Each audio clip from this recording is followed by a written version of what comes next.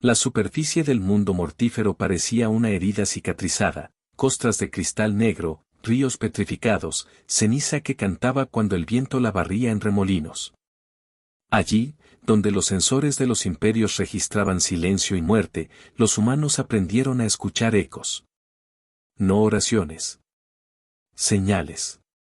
Rituales de supervivencia escritos en manos callosas y en algoritmos de rescate que apenas se parecían a lo que habían sido. El comandante estaba de pie sobre una lengua de roca, la capa hecha jirones donde el frío se colaba como hierro. Desde su posición, la visión cubría kilómetros de un terreno que, para otros, significaba abandono. Para ella, y para los que habían decidido quedarse, era oportunidad y sepultura, promesa y sacrificio.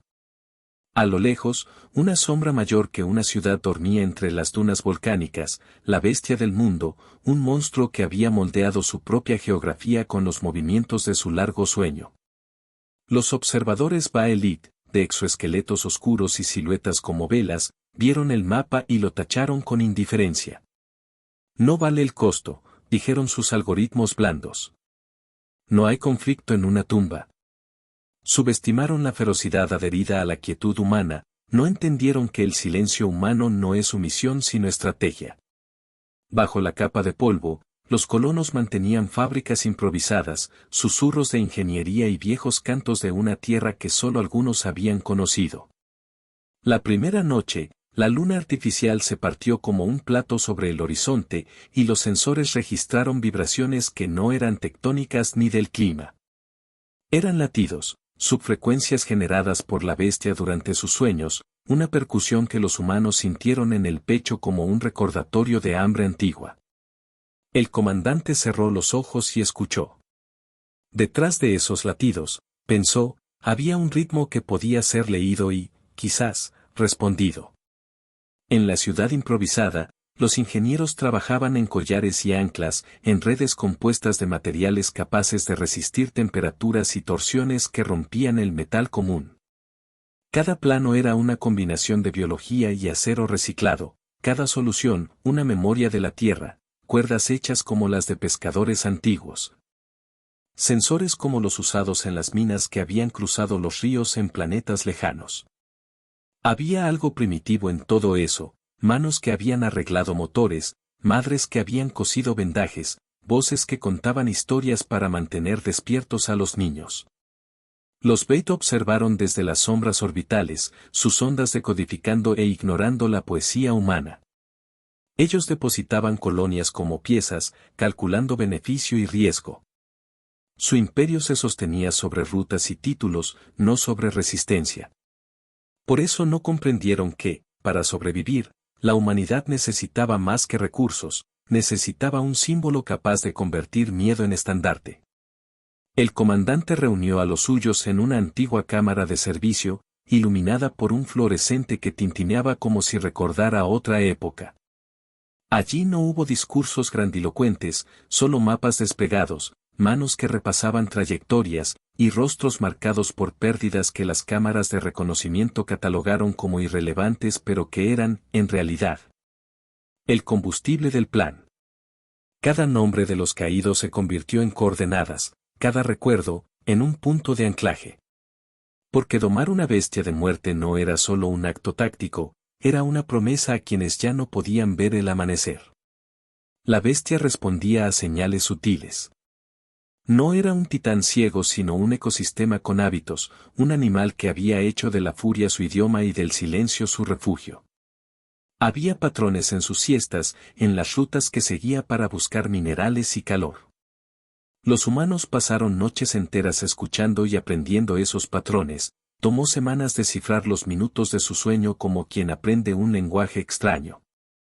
En esa escucha, aparecieron coincidencias, notas que se repetían como canciones antiguas, pulsaciones que se asemejaban a ciertos cantos humanos, una casualidad que se volvió herramienta. Había, también, historias. Leyendas contadas alrededor de generadores para mantener las luces, de cómo, en sueños, la bestia era un guardián de fosas que guardaban secretos de eras anteriores, de cómo, si alguien la despertaba equivocadamente, La fauna entera se volvería contra la colonia. La verdad era más prosaica y más terrible: si la bestia dominaba la región, gobernaría la extracción y la supervivencia. La humanidad podía huir, o aprender a negociar con lo indomable. La decisión de intentar domesticar no fue espontánea. Fue la suma de hambre, de cálculos y de orgullo humano, la creencia no rentable para los analistas Baelit de que la voluntad puede inclinar la balanza de lo biológico. Prepararon collares reforzados, vectores de sonido calibrados, transmisores que imitan ritmos biolumínicos de su pasto. Ajustaron cada molécula de tecnología con paciencia de herrero y paciencia de funeraria. No por arrogancia, por necesidad y por la convicción de que si la humanidad no reclamaba un espacio en ese mundo cantarían su propia fuga. El primer intento terminó en ceniza. La bestia despertó con furia, destrozó plataformas, derrumbó pilas de material y se llevó el destino de varios hombres y mujeres. El colonia quedó silente por un instante, como si el planeta entero hubiera exhalado. El comandante, cubierta de hollín, recogió de entre los escombros un pedazo de tela quemada, un resto de bandera que había sido cosida a mano por ancianos que recordaban otra tierra. La miró y supo que la siguiente vez sería distinta. No por la tecnología, sino por lo que aquella tela representaba, la razón por la cual seguían siendo humanos. El Beit interpretó las bajas como confirmación de su cálculo: el costo era demasiado alto para la recompensa. Su voz en las frecuencias diplomáticas fue fría y final. Pero los humanos no negocian desde el mismo lugar que los imperios. Ellos negocian desde la herida. Y desde esa herida surgió la idea que cambiaría todo: no inmovilizar a la bestia para matarla, sino crear un vínculo que la hiciera elegirlos. El planeta no solo respondía a la violencia, respondía a la música, al calor y a la calma. El comandante comprendió que la gran hazaña no sería sujetar a la bestia sino convertirla en un aliado, aceptada por ambas partes. Era un pensamiento tan peligroso como hermoso. Y mientras las ondas Baelit se retiraban, convencidas de la inutilidad humana, la colonia reforzaba sus sueños. El silencio se volvió un grito entre las estrellas. La mañana después del fracaso fue una ceremonia pequeña y sobrecargada. Se amontonaron las cifras de las pérdidas, se repartieron ovillos de metal y se enterraron nombres bajo la sombra de antenas oxidadas. Ese ritual no alivió la pena, pero la convirtió en vector. Cada trabajador, cada madre, cada ingeniero convirtió el dolor en planos, y los planos en máquinas que imitaban largos procesos evolutivos, sensores que aprendían. Collares que hablaban en tonos que la bestia podía comprender y, sobre todo, un artefacto cuya finalidad era traducir impulso en confianza. La colonia no era una sola estructura sino un mosaico de herencias. Había techos con mosaicos tomados de templos de ciudades terrestres, motores rescatados de naves mercantes y paneles solares remendados como retazos. Las generaciones hablaban en mezclas de idiomas, y la música que ponían para dormir a los niños llevaba acordes que sus abuelos habían oído en radios viejas. Entre las ruinas, el comandante encontró un piano de uñas corroídas, una tecla que aún sonaba como una campana lejana. Esa nota apareció, luego, en un test de respuesta de la bestia, inesperada, pequeña, poderosa. La memoria humana tenía trazas que los dispositivos no podían replicar: la cadencia de una nana, el ritmo de un motor de tierra, el sonido de voces que habían sobrevivido a catástrofes. En la sala de planificación, los mapas se multiplicaron. Líneas indicaban corrientes geotérmicas, filtros de mineral, depósitos de recursos y rutas naturales de la bestia. En el centro, un círculo marcó el objetivo: no avasallar la criatura sino integrarla en una estructura cooperativa donde su movimiento serviría tanto a la vida humana como a la estabilidad del ecosistema. Era audaz. Era un gesto político: si lo lograban, demostrarían a los Beit que la humanidad no era ceniza, era una fuerza capaz de cambiar balances. Los Beit comisionaron a su embajada científica para observar. Sus protocolos eran implacables: registrar, catalogar, someter. No esperaban rituales ni canciones, esperaban recursos. Pero cuanto más tiempo pasaban sus ondas sobre la colonia, más notaban que las operaciones humanas no obedecían solo a eficiencia. Había símbolos, estandartes remendados, fotos hechas polvo, pequeñas ofrendas clavadas en postes. Para una entidad cuyos cálculos eran fríos, aquello era ruido. Para uno que había pensado en términos de imperio, era un indicador de peligro, movimientos impredecibles. La tarea principal de la colonia se dividió en 3 líneas: comprender, atraer y persuadir. Comprender exigió una cartografía íntima de la bestia. Equipos de biólogos desplegaban nanosondas que estudiaban su microbioma, ingenieros probaban formas de comunicarse a través de vibraciones y luminiscencia. Atraer significaba simular señales de alimento y descanso en lugares seguros. Persuadir requería una paciencia que pareciera humildad, no imponer cadenas sino ofrecer tratos, dejar comida que no destruyera la ecología. Crear patrones de luz que replicaran la paleta que el animal buscaba cuando se calmaba. No todo fue técnico. La colonia instituyó prácticas culturales para honrar el acto de domar, un día en que la gente guardaba silencio para que sus sonidos fueran registrables, noches en que tocaban melodías en antiguos instrumentos. Comunidades que intercambiaban historias de pérdida para no olvidar por qué lo hacían. Una anciana enseñó a los jóvenes un canto que su madre solía cantar en la tierra cuando cerraban los búnkers. Lo probaron en las colinas, y algo en esa estructura armónica resonó en las grabaciones de la bestia. No era solo ciencia, era memoria convertida en arma blanda. Mientras tanto, la diplomacia humana no era un gesto hacia los Bait, sino una puesta en escena.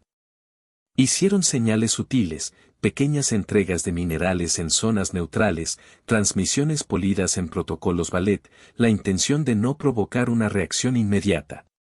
Pero una acción tiene un doble efecto: al mostrar que no huían, llamaron la atención de otras facciones. Grupos mercenarios escucharon la posibilidad de saquear una colonia que jugaba con criaturas gigantes. Corporaciones siderales olfatearon la ventaja estratégica. La noticia corrió como una herida abierta: donde hay posibilidad, llega el oportunista. El comandante lo sabía. Su plan incluía no solo la ciencia y la canción, sino la preparación para los que vendrían a tomar lo que no les pertenecía. Organizó patrullas defensivas, escuelas de tiro y una red de túneles que servía de contraataque. Hizo una promesa silenciosa: cualquier hombre o mujer que ofreciera su vida para que otros vivieran sería recordado no con nombres, sino con acciones, rutas seguras, techos reconstruidos, semillas que volverían a brotar. Esa promesa funcionaba como catalizador social, transformó la desesperación individual en un pacto colectivo. A medida que las pruebas avanzaban, la bestia mostró curiosidad. No era debilidad, era cálculo. Visitaba los puntos donde la colonia dejaba comida y melodías, olía los collares y los descartaba si encontraba toxicidad. En una noche sin luna, la criatura probó una ofrenda y dejó una marca profunda en la arena, un surco que parecía un mapa. Para los humanos, esa marca fue epifanía: la bestia respondía a los gestos de cuidado. No era un monstruo que solo entendía dientes. Tenía patrones de preferencia. El Bait, sin embargo, decidió intervenir. En su lógica, permitir que una especie potencialmente aliada a humanos tomara control era arriesgado. Enviaron emisarios con palabras pulidas, acuerdos provisorios, supervisión técnica, ayuda a cambio de concesiones. Pero la humanidad, cansada de tratos y traiciones, respondió con la misma moneda que siempre les había servido: acción contenida en emoción. Rechazaron las condiciones que exponían a su gente, propusieron, en cambio, que la operación siguiera bajo su autonomía. Fue una decisión que quemó puentes y forjó lealtades. La siguiente fase fue la prueba del collar. Diseñado para emitir ritmos que imitaban la respiración de la bestia y señales que evocaban patrones de seguridad, el prototipo se acercó. Equipos de apoyo monitorean cada microvoltio, cada chispa. La primera vez que el collar emitió su pulso, la bestia respondió con cautela, olfateó, tocó, dejó un suspiro que sacudió la arena. Fue un diálogo imperfecto, pero diálogo al fin. Los Beit observaron, sorprendidos por la persistencia humana. Para ellos, el proyecto era un experimento fallido o una curiosidad. Para los colonos, era el primer poema escrito con engranajes. Una noche, la bestia llevó un gesto inesperado, acercó una de sus patas, enorme como una casa, y puso su peso sobre una estructura humana, dejándola intacta. No lo destruyó. No lo reclamó. Pareció aceptar. Fue un momento de calma que muchos interpretaron como victoria, para la comandante fue una confirmación de que la criatura podía elegir. Pero la calma también trajo riesgo, hubo quienes dentro de la colonia pensaron que la bestia, ahora protectora, sería blanco de mercenarios. La intención del Beit, lejos de ceder, se volvió fría y calculadora, si los humanos tenían un símbolo, ellos debían empujar las apuestas. Ese crepúsculo, mientras los técnicos apuraban los ajustes, la comandante recordó una transmisión vieja, la voz de un niño en la tierra pidiendo que la escucharan. Era una memoria débil, casi un eco, pero fue suficiente para recalcar su propósito. No luchaban por recursos únicamente, luchaban por preservar historias que, sin guerreros que las mantuvieran, se perderían como notas sueltas en un viento galáctico. Esa idea se endureció en su pecho como hierro al rojo. Los Beit enviaron una advertencia que resonó como acero. Querían supervisión militar y control. No la obtuvieron. Y mientras el horizonte se llenaba de naves que parecían velas negras, la colonia se preparó para lo inevitable, la mano de la galaxia que quería decidir por ellos. El universo contuvo el aliento. La primera noche de la escalada fue un corte entre antes y después. Mercenarios llegaron en naves de tonos chamuscados, constatando oportunidades. Su primer ataque no fue frontal, sino un saboteo, cortaron líneas, incendiaron depósitos, liberaron pequeñas criaturas que dejaron a la bestia inquieta. Fue caos calculado, la clase de caos que prueba Fibra y Temple. El comandante lanzó respuestas rápidas, cadenas de contención improvisadas, señuelos que redirigían la atención y, cuando fue necesario, sacrificios medidos para salvar vidas. La bestia reaccionó con confusión. Sus patrones de sueño se fracturaron, comenzó a moverse hacia zonas donde el suelo se rompía y dejaba destrozos que nadie supo mínimamente predecir. Los mercenarios aprovecharon la distracción para intentar capturar collares y muestras, pero encontraron más resistencia de la que esperaban. Los colonos, entrenados en la convicción de proteger, se pegaron a sus líneas como si fueran piezas de un organismo.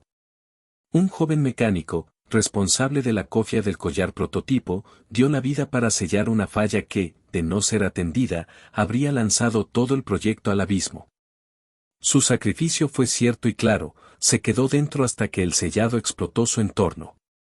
Cuando lo encontraron, hallaron en su mano un antiguo juguete de la tierra, una figura de plástico agrietada, sus dedos se habían aferrado a ella hasta el final.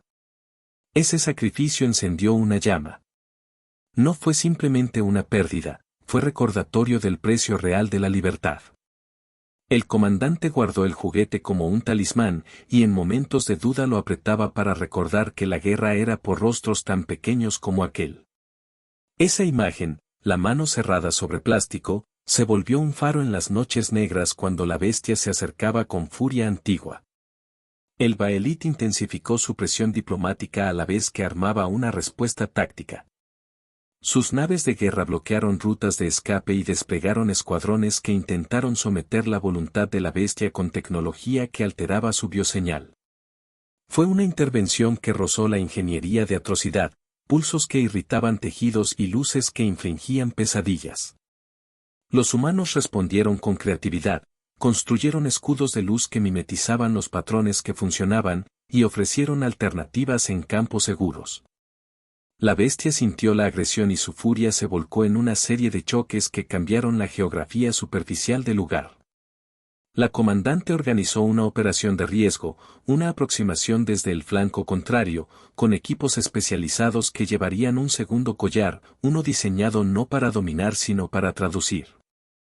Iban a sincronizar los pulsos del collar principal con una secuencia de cuidado, baños térmicos, señales lumínicas que imitaban a su entorno de confort. Todo para crear un puente sensorial que hiciera sentir a la criatura que no estaba siendo presa ni arma, sino huésped de confianza. El plan tuvo momentos de poesía y momentos de horror. En el umbral de la aproximación, la bestia rugió con una fuerza que envió ondas sobre el cuerpo humano como latigazos. Pequeños asentamientos temblaron y un taller se vino abajo. Fue entonces cuando la nostalgia golpeó con fuerza. La comandante tuvo una memoria breve y luminosa de un atardecer en un parque terrestre, de manos que la habían llevado a mirar las nubes. De la risa infantil que ahora era solo una transmisión vieja guardada en un servidor. Esa memoria le dio nombre a su furia, no lo hacía por conquista, lo hacía para que esas voces pudieran seguir escuchándose. En la noche más fría, el equipo logró acercar el collar. Fue una coreografía de precisión. Personas ancladas en cables, drones que lanzaban señales, y la comandante supervisando con manos de hierro y corazón expuesto. Por un instante, el collar rozó la piel de la bestia. La criatura sintió la pulsación. Osciló entre atacar y aceptar. La respiración del equipo se sincronizó con la del animal. Y entonces, por un respiro, la bestia permitió la conexión. Esa conexión enseñó. A través del collar, la humanidad percibió imágenes, rutas subterráneas llenas de minerales, cámaras donde otras criaturas vivían como bancos de alimento, ecosistemas frágiles que necesitaban protección. La bestia no era un príncipe de dominio sino un guardián de nichos críticos. Los Bait habían intentado explotarla sin comprender. En las imágenes transmitidas por el vínculo, había memorias de generaciones que habían habitado ese mundo, capas subyacentes de vida que solo alguien cercano a su cuerpo podía conocer. La humanidad aprendió que su proyecto no era solo dominar, era compartir un espacio delicado. Pero la victoria fue cara. Las ofensivas Ba'Elit no cedieron. En represalia, intentaron secuestrar al comandante en una maniobra que mezcló diplomacia con violencia. Hubo una escaramuza en un túnel de abastecimiento donde balas y chispas se mezclaron con polvo que parecía llover como lluvia de estrellas muertas. Un viejo amigo de la comandante murió protegiéndola, su último acto fue un empujón que permitió que el collar quedara seguro. Su sacrificio fue otra pieza de la larga cadena de pérdidas que convertía a la colonia en una unidad más fuerte pero más herida. En medio de la contienda, una transmisión cruda cruzó las frecuencias, la voz de la hija de uno de los caídos, grabada años antes en un dispositivo de memoria. Su voz pedía que se cuidaran a los demás, que no permitieran que la memoria desapareciera. Esa transmisión fue como sal en la herida, breve, humana, absolutamente vulnerable. La comandante la escuchó y sintió que la decisión de seguir adelante era también una forma de honestidad con el pasado. Esa pequeña grabación fue el segundo ancla, una nostalgia que no estorbaba la lucha sino que la justificaba. Los Bait emplearon una última ofensiva calculada, un torrente de misiles que buscó quebrar la bestia mediante alteraciones químicas en su fuente de alimento. Los sensores humanos detectaron la lluvia y lanzaron defensas improvisadas. La bestia respondió con una furia que excedió lo esperado. Su paso desató corrimientos, su aliento creó nubes térmicas que cegaron a atacantes y aliados por igual. Fue doloroso y magnífico. La tierra se transformó en un lienzo de fuego y agua, y en ese lienzo la humanidad dejó marcas indelebles. En el clímax de la batalla, cuando la esperanza era frágil y la noche parecía eterna, sucedió algo que nadie había previsto, la bestia realizó un gesto que transformó la contienda en alianza. Con un movimiento lento y deliberado, permitió que un grupo de humanos entrara en una cámara de su cuerpo, en una cavidad segura donde funcionó como refugio contra los ataques Ballet. Aquel gesto no fue solo de aceptación, fue una declaración que sacudió la política galáctica, una criatura de muerte les había ofrecido resguardo. La noticia se propagó como un rayo. Las fuerzas Ba'Elit, presenciando la integración, tuvieron que recalcular. No era solo la imagen de humanos montando monstruos lo que cambiaba las perspectivas, era la evidencia tácita de un pacto. Por primera vez, la galaxia observó a la humanidad no como supervivencia desorganizada sino como un proyecto coherente, capaz de formar lazos con lo indomable y convertir la furia en protección. El silencio se volvió un grito entre las estrellas. Con la bestia ahora parcialmente aliada, la táctica humana cambió de sigilo a audacia. Los colonos, montando sobre su espalda y flancos, se convirtieron en una fuerza móvil y simbólica. Armaduras improvisadas se anclaron a su coraza, sistemas de comunicación se integraron con su sistema nervioso a través de interfaces que imitaban patrones de la propia criatura. Era una visión tan extraña como poderosa, humanos y una criatura de mundo moviéndose como uno solo por el terreno, desplazando líneas enemigos con cada latido. Los baelís no aceptaron la pérdida sin intentar la aniquilación. Su flota se reorganizó y lanzó una ofensiva a gran escala, utilizando cargas sísmicas y redes electrificadas diseñadas para separar carne y máquina. La batalla que siguió fue una sinfonía de caos, explosiones que levantaban polvo como mareas, luces que cortaban el cielo y el rugido de la bestia que resonaba como un tambor primordial. Entre las ruinas de antenas y las chimeneas apagadas, la humanidad mostró su rostro verdadero, no una raza de idealizadores sino una especie con manos que aprendieron a transformar dolor en estrategia. Hubo momentos de dolor indescriptible. El sacrificio inevitable tomó la forma de volúmenes de humo y de rostros que dejaron de moverse. Una pareja de encargados de sistemas de frecuencia se quedó para recalibrar la red de comunicación cuando las líneas se cortaron. Atrapados, optaron por desviar la energía hacia la bestia, sabiendo que sería su última acción. Su decisión salvó cientos. Al recordar esos rostros, los supervivientes fundaron un rito sencillo: cuando el polvo bajara, plantarían un árbol con los materiales de la guerra, metales y cauchos, para recordarlos. Ese rito fue una herida convertida en memoria. La comandante, en el ojo del huracán, direccionó maniobras que parecían contradictorias pero que respondían a una verdad humana: cuando están contra la pared, los humanos improvisan con una mezcla de disparate y genio. Ordenó maniobras audaces, una carga frontal que sirviera de distracción y un infiltrado que buscaba la nave nodriza Baelith. Mientras la flota enemiga se concentraba en frenar a la bestia, pequeños equipos humanos cortaban las líneas de mando, sembrando confusión en las filas Balet. Era, en esencia, un combate de voluntades donde la constancia humana fue clave. En uno de los momentos decisivos, la comandante, montada en un promontorio dentro de la coraza del animal, sintió el pulso de la criatura y el suyo propio mezclarse hasta casi transformarse. El mundo entero parecía girar alrededor de ese latido compartido. La galaxia miraba sin comprender cómo una civilización que había perdido tanto podía recuperar tanto.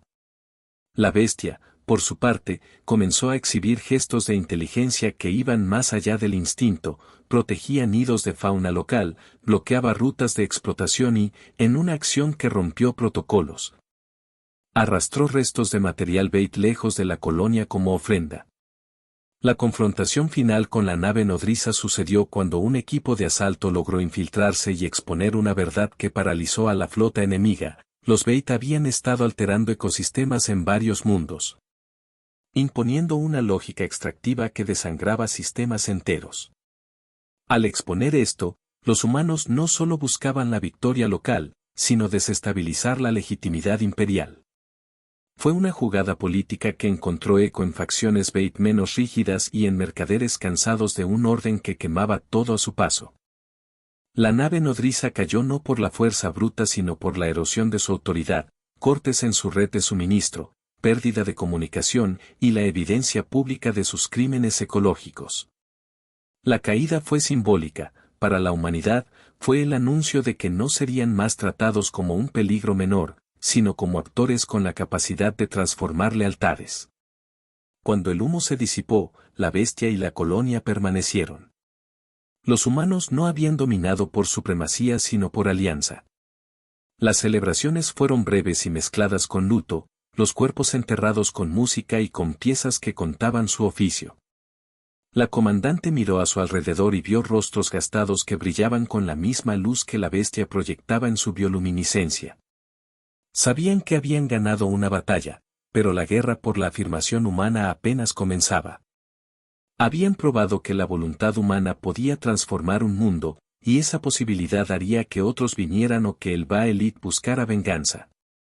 En la calma que siguió, se llevó a cabo un acto pequeño pero cargado de peso, la restauración de la vieja bandera quemada. La comandante la colgó sobre una antena reparada, y la tela ondeó con un viento que olía a metal y tierra fresca. No había ostentación, era una memoria. Fue la tercera ancla emocional, un recordatorio tangible de qué y quién nos impulsaba. Entre la multitud, alguien tocó el viejo piano con manos temblorosas, y la nota rompió el silencio como una lágrima. Aún así, la victoria trajo preguntas nuevas: ¿cómo mantener ese pacto con la bestia sin convertirla en una herramienta de conquista? ¿Cómo resistir la inevitable ambición de aquellos que verían en un monstruo domesticado una arma de dominación? La comandante sabía que la victoria que tenían no era un cheque en blanco. Era más bien un interludio. La humanidad había obtenido una puerta para entrar en la escena galáctica, pero también había mostrado su rostro al universo, valiente, imperfecto y capaz de amar en medio del combate. La bestia, por su parte, se movía con una lentitud que parecía gregaria. En noches claras, se la veía deambular cerca de la colonia, su silueta enorme contra las estrellas, mientras la gente trabajaba en reparaciones. Algunas familias se atrevieron a acercarse y, en un acto de confianza, colocaron ofrendas en su camino, pequeñas piezas de metal pintadas, flores sintetizadas, melodías humanas. La criatura respondió con toques que los niños empezaron a imitar con risas que sonaban extrañas en ese mundo duro. En esos instantes, la humanidad no reclamaba títulos, se relacionaba. El silencio se volvió un grito entre las estrellas. El amanecer después de la batalla fue lento, como si el planeta aún procesara los ecos de la violencia. La colonia estuvo en ruinas pero firme, los talleres se llenaron de manos jóvenes que reparaban y reconfiguraban, repitiendo la vieja receta humana: de las cenizas, volver a hacer hogar. La bestia apareció en la linde de la vista y dejó sobre la arena rastros que algunas personas interpretaron como un camino a seguir. Esa mañana celebraron con comida que no era festín sino supervivencia compartida, pan reparado, agua tratada, historias repetidas. La comandante caminó entre la gente con la bandera restaurada sobre su hombro como una promesa. Encontró al joven mecánico que había sobrevivido a la noche final, sus manos sucias pero firmes, su sonrisa conservada en el cansancio. Repartieron tareas sin algarabía. Eso fue un tipo de victoria más humano que cualquier desfile, la rutina que vuelve y la vida que se sostiene. Se instituyeron escuelas para enseñar cómo convivir con la bestia, qué rutas respetar, cómo evitar dañar su nidada, y cómo intercambiar recursos sin explotación. La galaxia, por su parte, observó y no pudo ignorar. Comunicados sobre la alianza aparecieron en redes y frecuencias, algunos celebraron, otros temieron, y otros más calcularon cómo usar la novedad. Hubo llamadas de entidades neutrales que ofrecieron acuerdos, hubo movimientos de flotas que miraban con interés. Para la humanidad, eso significó presencia y responsabilidad. Ya no podían decir que vivían en la periferia. Habían encendido un faro. En noches quietas, la comandante recorría la sala de control que ahora servía de memorial, placas con nombres, objetos personales y pequeñas grabaciones. En una de ellas, la voz de un anciano recitaba un fragmento de una canción terrestre. En otra, la voz del niño que había pedido que los escucharan. Estas grabaciones se volvieron pilares, no eran lamentos sino genealogías. Eran lo que justificaba el riesgo y lo que instruía el futuro.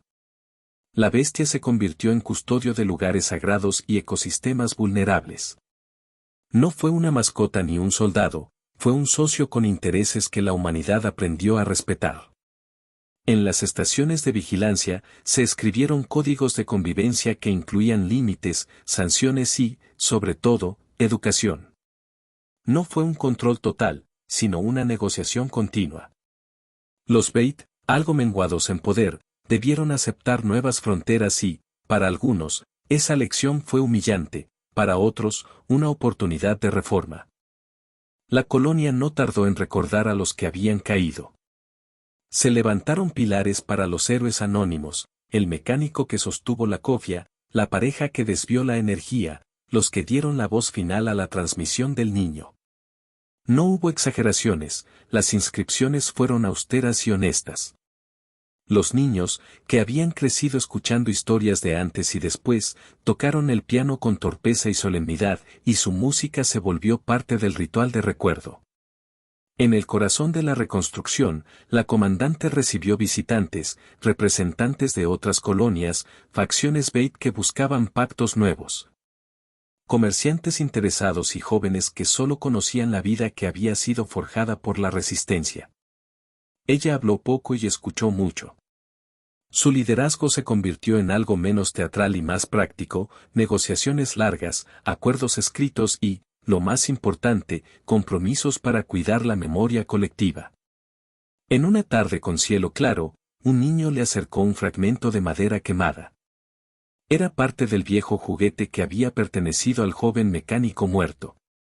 La comandante la tomó y recordó otra memoria, un patio de la tierra donde escuchaba a una mujer tocar piano mientras una madre le contaba cuentos. Ese recuerdo fue la tercera ancla emocional, un hilo que conectaba todo lo hecho con lo que se debía preservar. No se trataba solo de supervivencia, se trataba de dignidad humana. Guardó la madera en su bolsillo como guardan las personas los mapas en tiempos de guerra. La presencia de la bestia cambió la identidad de la colonia. Ya no eran un reducto anclado a la desesperación. Eran una comunidad con reglas propias, una que había demostrado que los humanos no solo sobreviven, remodelan. Habían probado que podían convertir su dolor en estructura, su memoria en construcción, y su pérdida en promesa. Lejos, en cinturones comerciales y en despachos de embajadores, se hablaba de la campaña como un fenómeno. Algunos la llamaban la rebelión de arena, otros la apuesta humana. Pero la verdad, simple y cruda, era que habían hecho lo que los algoritmos no pudieron prever, mirar a una criatura y entender que el vínculo es más fuerte que la dominación. La comandante, en los últimos minutos de la jornada, subió a la cresta donde todo había comenzado. Desde allí vio la colonia y, más allá, la silueta de la bestia recortada contra un cielo punteado de estrellas.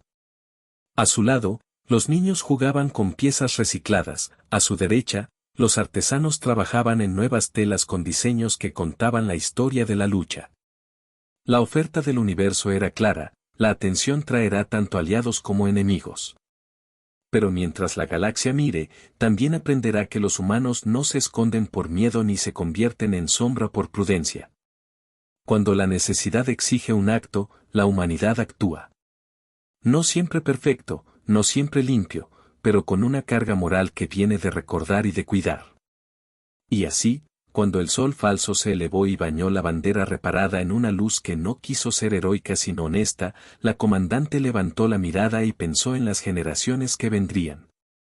No eran promesas vacías sino planos trazados con sangre y música. Había heridas, había caminos.